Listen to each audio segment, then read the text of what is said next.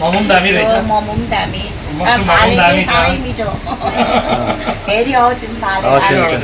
ल स्वागत छ तपाईँहरूलाई हुन्छ आज मसरुमको म फर्स्ट टाइम मैले खाएको मलाई यति मिठो लाग्यो यति राम्रो लाग्यो मैले योभन्दा अगाडि भेज खाएको थिएँ चिकन मोमो पनिर मोमो अन्त मटन मोमो मलाई कुनै मन परेन त यो सबभन्दा मलाई मन परेको छ म अब